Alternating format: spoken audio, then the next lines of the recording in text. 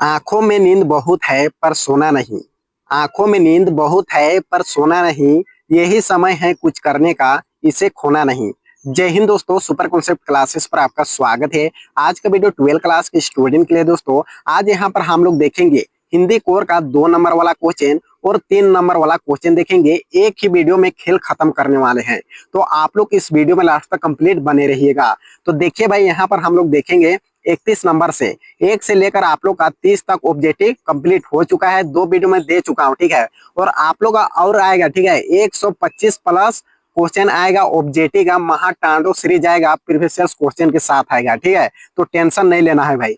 तो देखिए यहाँ पर हम लोग देखेंगे तो 31 नंबर क्वेश्चन देखिए भाई क्या है।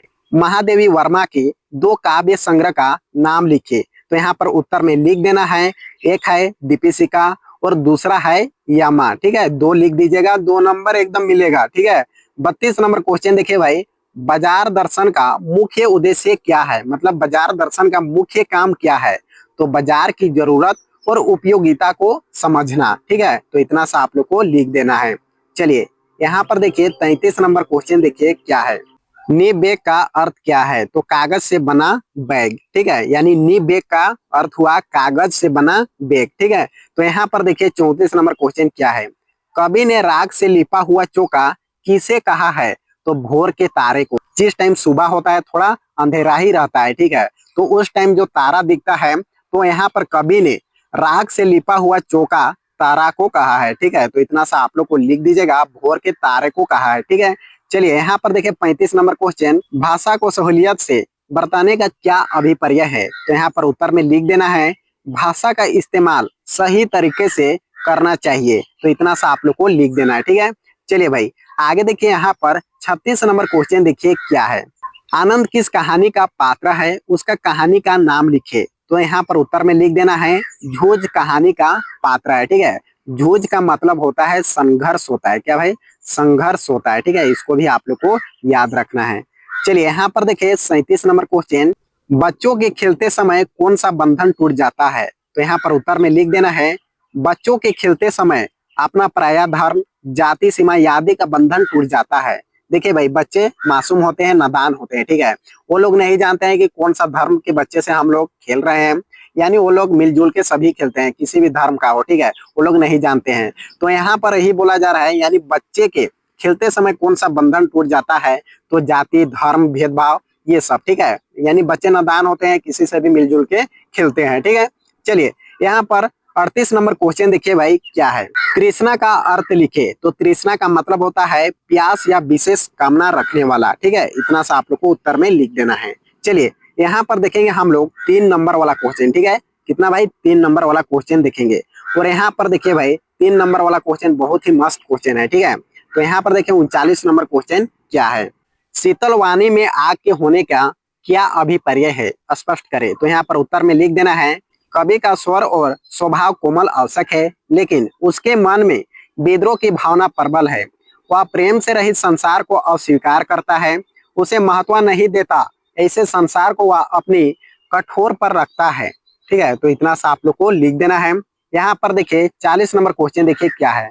आत्म परिचय कविता के शीर्ष की सरकता स्पष्ट कीजिए। तो उत्तर में लिख देना है, आत्म परिचय कविता का शीर्ष इस वजह से सार्थक है क्योंकि इस कविता में कवि हरिवंश राय बच्चन ने अपने व्यक्तित्व, आत्मा, व्यथा, संवेदनाओं और जीवन दर्शन को शब्दों में ढाला है। यानी यहाँ पर हरिवंश राय बच्चन ने अपने जीवन के बारे में परिचय दिया है, अपने जीवन के बारे में बताया है, ठीक है। आत्म परिचय मतलब खुद के बारे में बताया है। चलिए भाई नेक्स्ट नंबर देखिए, यहाँ पर 41 नंबर क्वेश्चन देखिए क्या है। सबसे तेज के बाद बौछारी गई भादो गया के बाद प्रकृति जो परिवर्तन कवि ने दिखाया है, उसका वर्णन अपने शब्दों में करे। तो यहाँ पर उत्तर में लिख देना है, उपरोक्त पंक्ति में वर्षा ऋतु के उपरांत शरद ऋतु के आगमन का परिवर्तन दिखाया गया है। यहाँ पर कवि बोल रहा है, यानी वर्षा ऋतु चले जाने के बाद यहाँ पर शरद ऋतु आगमन होता है, मतलब दिखाया गया है, ठीक है। भादो मास गुजर जाने के बाद जब घनघोर बारिश समाप्त हो जाती है, तब शरद ऋतु का आगमन होता है। यहाँ पर कवि ने बोला है, यानी वर्षा ऋतु खत्म होने के बाद शरद ऋतु आ जाती है। खरगोश की लाल आंखें जैसी चमकीली धूप निकल आती है। आकाश बिल्कुल साफ और मुलायम हो जाता है। ठीक है, इतना सा आप लोग को लिख देना है। चलिए यहाँ पर देखिए 42 नंबर क्वेश्चन देखिए क्या है। बाजार दर्शन से क्या अभिप्राय है? पठित पाठ के, तो यहाँ पर उत्तर में लिख देना है बाजार दर्शन से लेखक का अभिप्राय है बाजार के दर्शन कराना, अर्थात बाजार के बारे में बताना कि कौन कौन सी चीजें मिलती है, वस्तुओं की बिक्री ज्यादा होती है और बाजार कैसे आकर्षित करता है। यहाँ पर बाजार दर्शन का मतलब ये हुआ, यहाँ पर बताया जा रहा है यानी बाजार में कौन कौन सी चीजें बिकती है यानी बेचा जाता है और बाजार किस प्रकार आकर्षित करता है। देखिए भाई, अगर आप बाजार जाते हैं, अगर आप लोग के पास ज्यादा पैसा रहेगा तो आप लोग का मन करेगा तरह तरह के सामान ले, जिस चीज को आप देखेंगे उसको लेने का मन करेगा। वहां पर बाजार का जादू काम करेगा। ठीक है, जब जादू खत्म हो जाएगा मतलब पैसा खत्म हो जाएगा, यानी आपके जेब में कम पैसा रहेगा तो सामान लेने का मन नहीं करेगा, सोच समझ के आप लेंगे। ठीक है, तो यहाँ पर यही बोला जा रहा है, तो इतना सा आप लोग को लिख देना है। चलिए नेक्स्ट नंबर देखिए, यहाँ पर 43 नंबर क्वेश्चन देखिए क्या है। पेट की आग का समन ईश्वर यानी राम भक्ति का मेघ ही कर सकता है। तुलसी का यह काव्य सत्य क्या इस समय का भी युग सत्य है? तर्क संगत उत्तर दीजिए। तो यहाँ पर उत्तर में लिखना है हाँ, मनुष्य का जन्म कर्म फल सब ईश्वर के अधीन है। निष्ठा और पुरुषार्थ से मनुष्य के पेट की आग का समन तभी हो सकता है जब ईश्वर की कृपा हो, अर्थात फल प्राप्ति के लिए दोनों में संतुलन का होना अति आवश्यक है। यहाँ पर कहना है जिस प्रकार मनुष्य कर्म करेगा उसी के हिसाब फल पाएगा। ठीक है, तो आप लोग भी जिस प्रकार आप लोग दिन रात एक करके पढ़ाई कर रहे हैं, अगर मन लगा के पढ़ रहे हैं तो आप लोग का भी नंबर अच्छा होगा। और आप लोग रात में बाबू सोना हाय हेलो में लगे हैं तो भाई आप लोग का रिजल्ट तो खराब 100% होगा। ठीक है, देखिए भाई मेरा बात को बुरा मत मानना, आप लोग के लिए मैं बोल रहा हूँ। ठीक है, अगर पढ़ाई नहीं करते हैं तो आप लोग का रिजल्ट खराब हो जाएगा। ठीक है, इसलिए आप लोग पढ़ाई करिए, नहीं तो भाई रिजल्ट आता है उसी दिन पता चलता है। ठीक है, चलिए तो यहाँ पर हम लोग ज्यादा लेक्चर नहीं मारेंगे भाई, चलिए आगे देखते हैं। यहाँ पर देखिए 44 नंबर क्वेश्चन देखिए क्या है। भक्तिन के आ जाने से महादेवी अधिक देहाती कैसी हो गई? तो यहाँ पर उत्तर में लिख देना है लेखिका को उसने अपने अनुसार ढलना शुरू किया। उसने लेखिका का मीठा खाना बिल्कुल बंद कर दिया। उसने गाढ़ी दाल व मोटी रोटी मकई का दलिया, सवरे मट्टा, ज्वार की खिचड़ी और सफेद मुहुए की लपसी खिलाने लगी। इसके अतिरिक्त उसने महादेवी को देहाती भाषा भी सिखा दी। इस प्रकार महादेवी देहाती बन गई।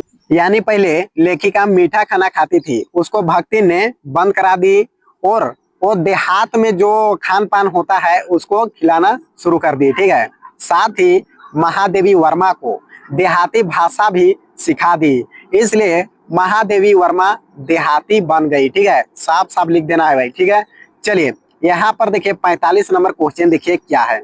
पहलवान की ढोलक की उड़ती गिरती आवाज बीमारी से दम तोड़ रहे ग्रामवासियों में संजीवनी संचार कैसे करती? उत्तर दीजिए। तो यहाँ पर देखिए आप लोग को उत्तर में लिख देना है गांव में लुटन पहलवान की ढोलक की आवाज संजीवनी का संचार करती थी।